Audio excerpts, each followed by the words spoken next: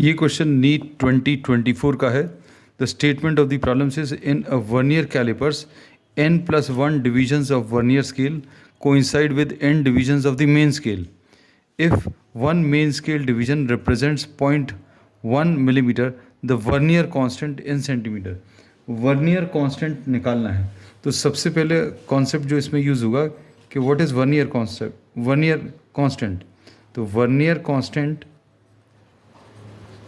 is equal to the difference of main scale division, one main scale division and one vernier scale division. इन दोनों का जो difference है उसको अभी हम लोग वर्नियर कांस्टेंट बोलते हैं. अब हम लोगों को क्वेश्चन में जो दिया है, we will be writing this vernier constant as we see. Question में जो दिया है n+1 divisions of the vernier scale. So n+1 vernier scale divisions are equal to n main scale divisions.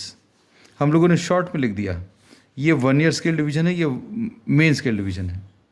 अब हम लोगों को वर्नियर स्केल डिवीजन की value अगर निकाली तो 1 vernier scale division will be equal to n upon n+1 main scale divisions. n+1 को अभी हम लोगों ने इधर ट्रांसफ़र किया है. So substituting this value of 1 vernier scale division in this equation, suppose this is written as first and this is written as second. So combining first and second, vernier constant Vc will be equal to 1 main scale division minus 1 vernier scale division. इसकी value कितनी है? n upon n+1 main scale divisions. अब इसमें अभी हम लोग क्या common ले सकते हैं? We can take 1 main scale division constant, 1 MSD common ले लिया, तो इधर क्या बचेगा? 1 बचेगा, इधर पर n बचेगा और यहाँ पर n+1 बचेगा. LCM अगर ले लें, 1 मेन स्केल डिवीजन की वैल्यू दी हुई है क्वेश्चन में 0.1 millimetre. So this is 0.1 divided by 10, क्योंकि सेंटीमीटर्स में आंसर चाहिए. और इसको अगर सिंप्लीफाई करें तो n+1 आया, यहाँ पर n+1 माइनस n आएगा, तो n और n कैंसिल होगा, तो क्या बचेगा?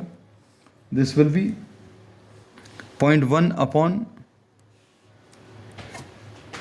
0.1 को भी अभी हम लोग सिंप्लीफाई कर ले रहे हैं. This will be written as 1/10. एक 10 ऑलरेडी है और यहाँ पर क्या है? 1 upon n+1. So this will B, the answer will be 1 upon 100 into n+1 centimeters. So this will be the answer, and this is given in option number 4.